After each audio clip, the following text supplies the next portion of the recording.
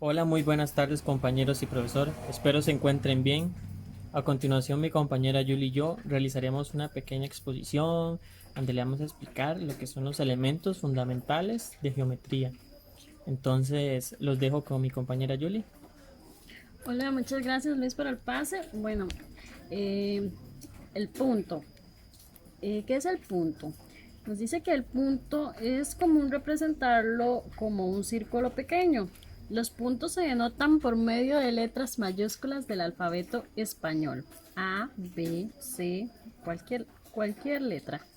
Lo leemos como punto A, punto B, punto C. Y su representación simbólica sería A, B, C, igual, no hay como mucha ciencia en eso.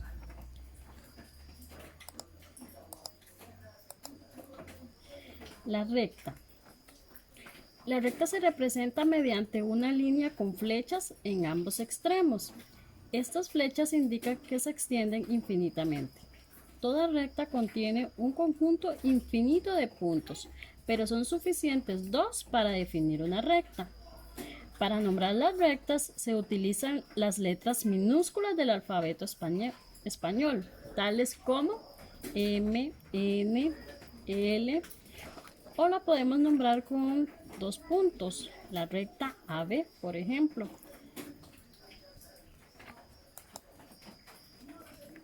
A continuación les daré la explicación de qué es el plano. ¿Qué es el plano? El plano se representa utilizando un rectángulo o un romboide. Los planos se denotan mediante las letras del alfabeto griego. También la podemos denotar con tres puntos en ella. Pueden ser tres puntos que no estén unidos o podemos tener un punto y una recta. ¿Qué es un segmento de recta? Un segmento de recta son dos puntos cualesquiera en una recta. Determinan un segmento de esa recta. Un segmento de recta que contiene a los extremos A y B. Como podemos apreciar en la imagen, A y B es un segmento que se encuentra denotado por dos puntos dentro de la recta. También, cuando lo vamos a leer, se va a leer segmento AB. Cuando lo vamos a representar simbólicamente, hacemos AB, dos letras mayúsculas y en la parte superior con una pequeña línea.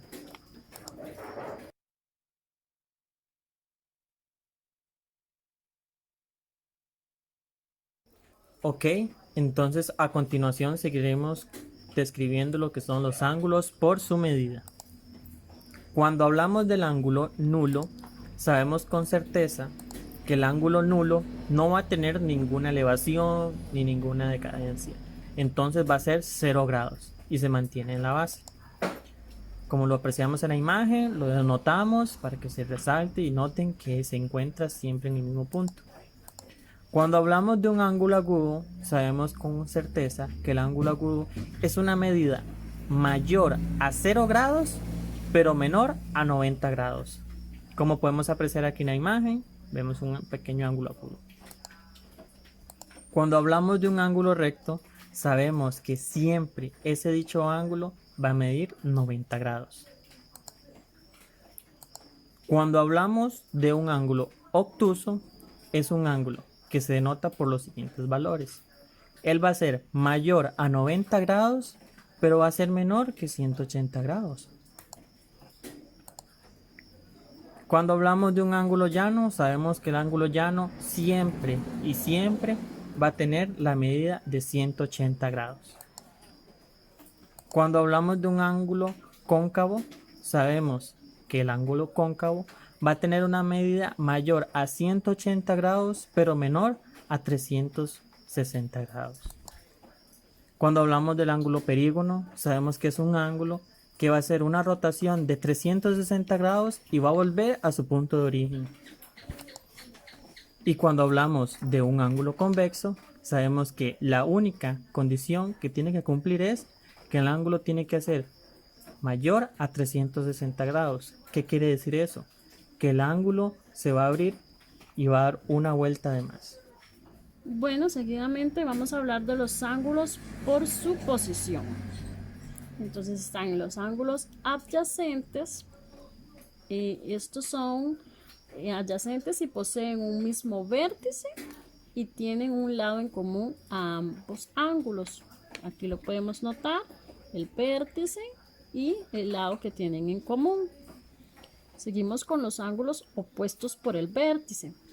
Se llaman ángulos opuestos por el vértice a los ángulos no adyacentes formados por dos rectas concurrentes. Aquí están las rectas concurrentes y los angulitos serían los que están con colorcito verde y rojo.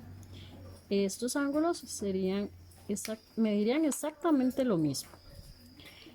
Luego seguimos con los ángulos complementarios, que dice que dos o más ángulos son complementarios si la suma de sus medidas es igual a 90 grados.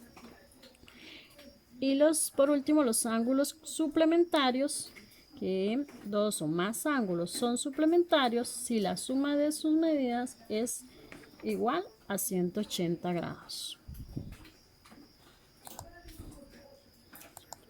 Ahora vamos a hablar de lo que son las rectas perpendiculares. ¿Qué son las rectas perpendiculares? Son un tipo de rectas concurrentes que se intersecan en un punto, formando ángulos, recordemos, no solo uno, sino que forma 4 ángulos de 90 grados. Como apreciamos en la imagen, dos rectas son intersecadas entre sí, formando 4 ángulos de 90 grados.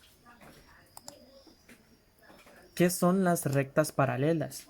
Las rectas paralelas son dos rectas si pertenecen a un mismo plano y no tienen ningún punto en común, es decir, no se intersecan en ningún punto.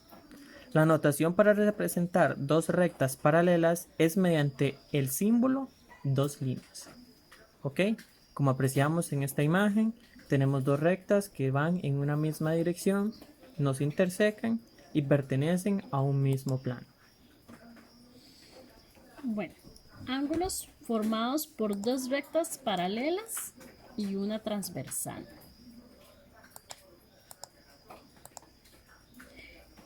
Sería esta la clasificación, son 4 ángulos. Tenemos los ángulos correspondientes, los cuales contienen un ángulo interno y otro externo, pero al mismo lado de la transversal, como por ejemplo el 1 y el 5, el 2 y el 7, 3 y 7 y 4 y 8. Ahora tenemos los ángulos alternos internos. Los ángulos alternos internos se encuentran a distinto lado de la recta transversal, pero internamente, como por ejemplo el 3 y el 6 y el 4 y el 5. Ahora tenemos los ángulos alternos externos. También son ángulos que se encuentran en distinto lado de la transversal, pero externos. Como por ejemplo el 2 y el 7, el 1 y el 8. Y por último tenemos los ángulos conjugados. Dice que estos se encuentran del mismo lado de la recta transversal. Pueden ser ya sea internos o externos, pero siempre al mismo lado de la transversal. Como por ejemplo el 3 y el 5, el 4 y el 6, el 1 y el 7 y el 2 y el 8. Ahora a continuación daremos una pequeña descripción de lo que es el teorema de Tales. ¿Qué es el teorema de Tales? El teorema de Tales es: si dos rectas cualesquiera son cortadas por rectas paralelas, los segmentos que terminan en una de las rectas son proporcionales a los segmentos correspondientes de la otra.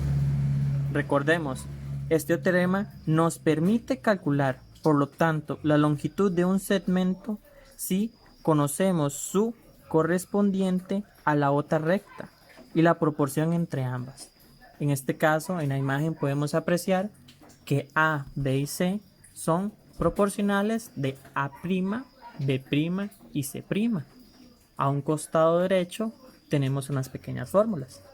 Cuando nosotros queremos saber dichos valores, las vamos a usar. Por último tenemos el teorema de la paralela media. Esta consiste en que si se unen los puntos medios de los segmentos de un triángulo, se obtiene un segmento de recta paralelo al tercer lado y mide la mitad de este. Por ejemplo, el segmento MN mediría la mitad del segmento AC. Si lo vemos con números, ejemplo, si el segmento AC mide 20 centímetros, el segmento MN mediría 10 centímetros. Bueno, chicos, eso sería todo. Muchísimas gracias. Espero les haya quedado bastante claro. Y seguidamente vamos a tener un ejercicio. Muchas gracias, Julie. De mi parte, me despido y les doy las gracias por su tiempo y dedicación que han llegado a este punto, por llegar a finalizar el video. Continuaremos con un pequeño ejercicio sobre el teorema de Tales. A continuación tenemos un pequeño triángulo que está cortado con sus respectivas medidas. Vamos a averiguar lo que es las medidas de X y las medidas de Y. Como sabemos, a continuación aparecerán resueltas en 5, 4, 3, 2, 1. Muy bien, chicos, espero hayan tenido la respuesta correcta y les deseo una feliz tarde.